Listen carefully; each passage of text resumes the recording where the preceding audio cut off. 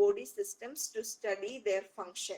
So they are purely functional imaging. Bit of morphology we get to know, but more of functional information. Like when we say ultrasound, we know the pyelonephritis or hydronephrosis. So we get to know whether the kidney shape is changed, whether size is enlarged, how much enlargement is there. All this morphological information we get out of the radiological examinations. But because of this change, how much of the function is altered, that information we get by doing a nuclear medicine image. So these are functional images where we are utilizing open radioactive isotopes, and these are introduced into the body systems to study the functional status of the organs or body systems. So the most commonly used isotope used in nuclear medicine is technetium-99m, which has a half-life of 6 hours and an energy of 140 keV. So you can understand that the energy is within the range that it has the capacity to pass through the body and come out, and the energy is low, but at the same time it can pass through the human body and come out, and half-life is small, but it is sufficient enough to study most of the functional systems inside the body. So that has, and another advantage is it can be tagged with many chemicals or pharmaceuticals, which enables its utilization for multiple function analysis. So these are the advantages of technetium-99 M, metastable state of technetium-99, which is used. So today we will start discussing about the cyclotron and PET. So in nuclear medicine we use positron emission tomography. So positron emission tomography is where we are utilizing a positron emitting radionuclide to be introduced into the human body to study the functional information inside the system. So this is mostly done by some glucose analogs to be tagged with the positron emission radionuclide. So the glucose metabolism rate is what we directly correlate with the functional information of the human body system. So here is Ernest Orlando Lawrence, who got the Nobel Prize in Physics in 1939. He was called the atom smasher, the man who held the key to atomic energy, and he is the one, the Lawrence, the cyclotron principles. He has come up with the cyclotron principles, which those principles we have utilized for production of radioisotopes artificially to produce short-lived radioactive isotopes to be used in the medical field, in medical applications. And in 1929, Dr. Lawrence came across a German scientific paper written by R. Woodrow that described kinetic voltage transformation. The apparatus used amounted to a glass tube with an ion source, a small tubular electrode connected to an oscillator and deflection plate. This small apparatus proved that RF fields could be used to accelerate particles. So until this time, this was done using a constant high voltage. Lawrence realized that to get acceleration matching that of the current high voltage machine, the array of electrodes would be quite long. He theorized that a single electrode could be used if the ion beam was bent into a circular path using a magnetic field.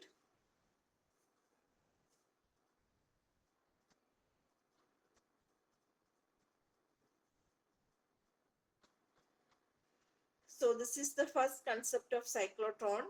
So a doctoral student began his work on helping Lawrence prove this theory in 1930 using the four magnets and a small vacuum chamber. He began his work. The chamber was a thin brass ring capped on either end with disc sealed with red sealing wax. Inside the chamber was a hollow D-shaped electrode, a slotted bar across the diameter, a filament and a collector cup.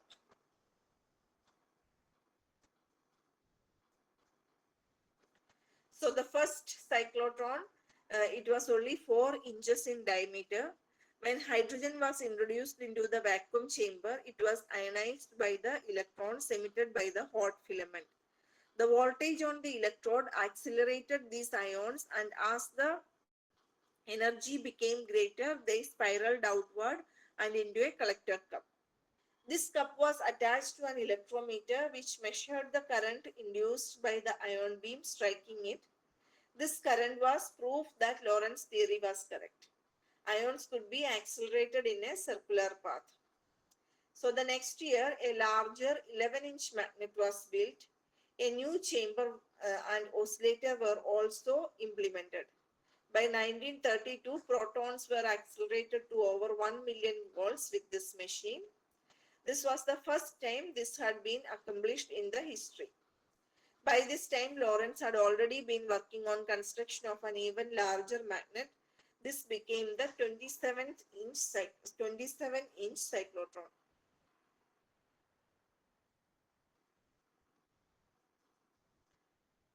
So this is the conceptual drawing of the cyclotron.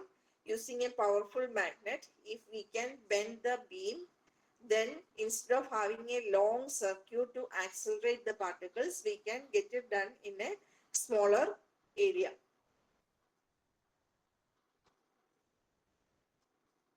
But again, it started with smaller size because first they had to prove that this works well, and also not only to bend but also to accelerate it as required for the required of the accelerators. So you can differentiate the difference between this conceptual diagram and this diagram. So the working principle, it has the vacuum chamber and the high frequency input is provided into the vacuum chamber where two Ds are there, and the ion source, the ions are emitted into the vacuum space in between the Ds, and it get accelerated, and when it has to cross through the Ds, the magnetic field is applied and let the beam bend and take a circular field, and the acceleration takes place, and in order to accommodate for the acceleration, the radius of the circle it transverse is increased, so that each time the beam travels from one side to the other, the velocity increases as well as the distance traveled also increases. This is encompassed within the machine by increasing the circumference.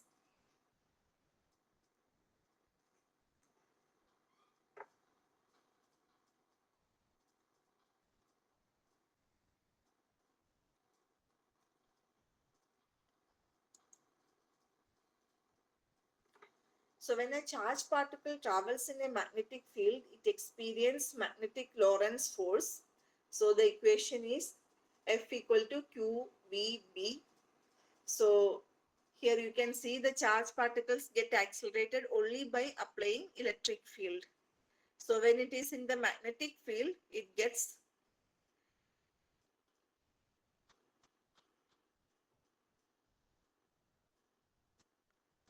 or the mv square by r equal to qvb. The total force applied becomes qvb.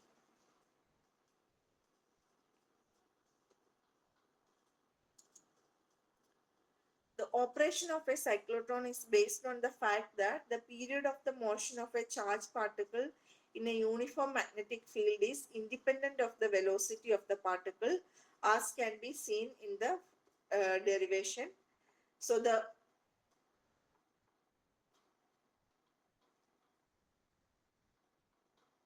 velocity does not play much role over here, and you can see that cyclotron frequency is deduced from the F equal to ma equation, and we get the cyclotron frequency F equal to qb by 2 pi m.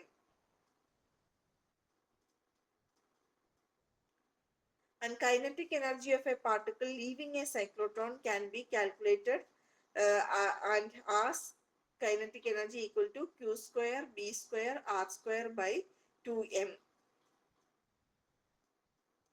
So this is picture of cyclotron. G Petri system is shown on the left. So with 16.4 MeV protons and 8.4 MeV deuterons to produce carbon 11, nitrogen 13, oxygen 15 and fluorine 18. And on the right we are seeing GE mini trace system where 10 MeV protons are utilized to produce the same isotope carbon 11, nitrogen 13, oxygen 15 and fluorine 18.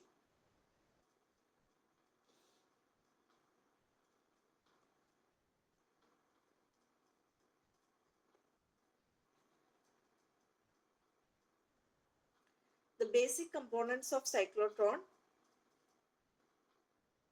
we have the magnetic system supplying RF power to the Ds, and the target system, and you can see here the stem which is supplying the RF power, and we have an ion source at the center, and the extraction system where the accelerated particles comes out of the Ds or the cyclotron.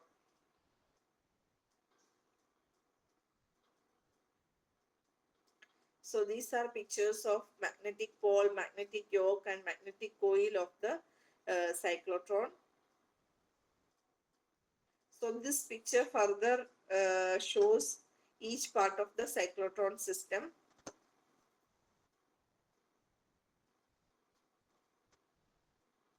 Hold on a second.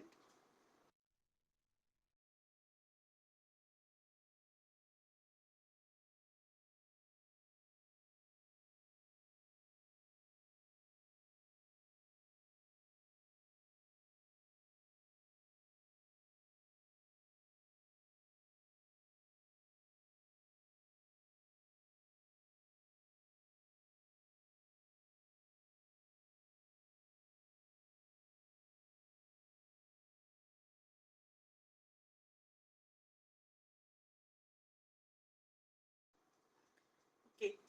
So when the beam is on, the negative ions created in the center of the cyclotrons and the ions extracted from ion source using alternating high voltage, and then ions accelerated using alternating high voltage, and ions kept in orbit by a static magnetic field, and ions polarity change from negative to positive using a stripping foil, and positive ion beam bent in opposite direction in the magnetic field, and positive ions bombard the media in the target.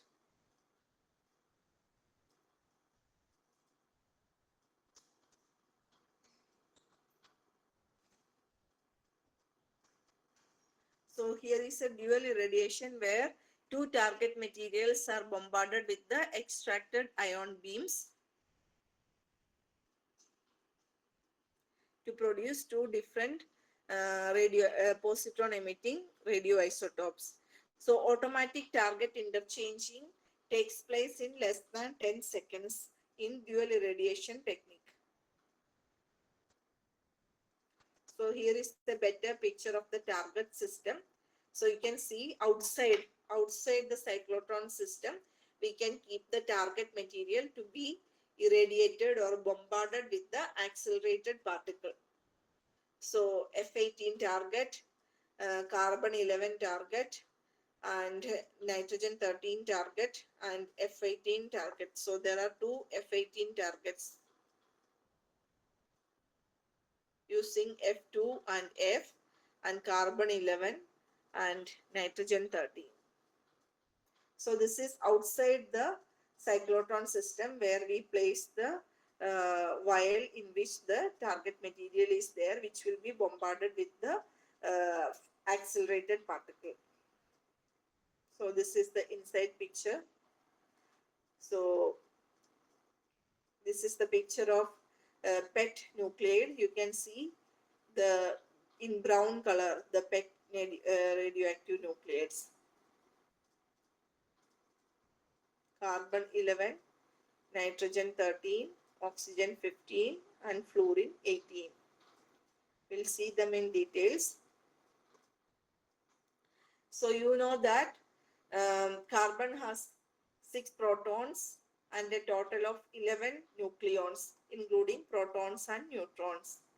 And carbon 11 has a half-life of 20.35 minutes. And nitrogen 13 has 7 protons and 13 nucleons, and it has a half-life of 9.96 minutes or 10 minutes approximately. And oxygen 15, 8 oxygen 15, it has a half-life of 2 minutes. And fluorine 18, 9 fluorine 18 has a half-life of 109.74 minutes or 110 minutes. So this you need to remember, the positron emitting radioisotopes and their half-lives. Carbon 11 has 20 minutes, nitrogen has 10 minutes, oxygen has 2 minutes, and fluorine has 110 minutes. So fluorine 18 is the most commonly used positron emitting radioisotope for PET imaging studies. So here is another table of properties of commonly used positron emitting radioisotopes. Half-life, maximum positron energy, positron range in water, production method. So you can see that all the carbon, nitrogen, oxygen and fluorine are produced in the cyclotron, while gallium, rubidium, etc. are made in the generator. So the half-lives, corresponding half-life of gallium 68 and rubidium 82, and maximum positron energy. So carbon 11 has 0.96 and nitrogen 13 has 1.19 and oxygen 15 has 1.7 and fluorine 18 has 0.64, gallium 68 has 1.89 and rubidium 82 has 3.15. And positron range in water or field width at half maximum in mm.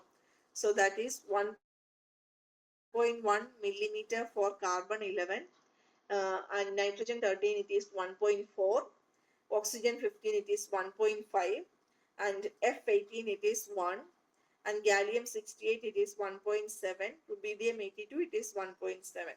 So why this is important? This is the range for which the positron will travel inside water media before it undergoes annihilation.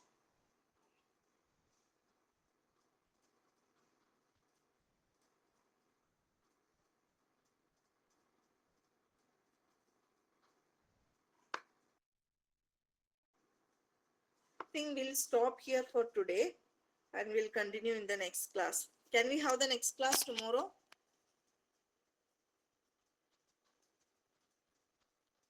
Akansha?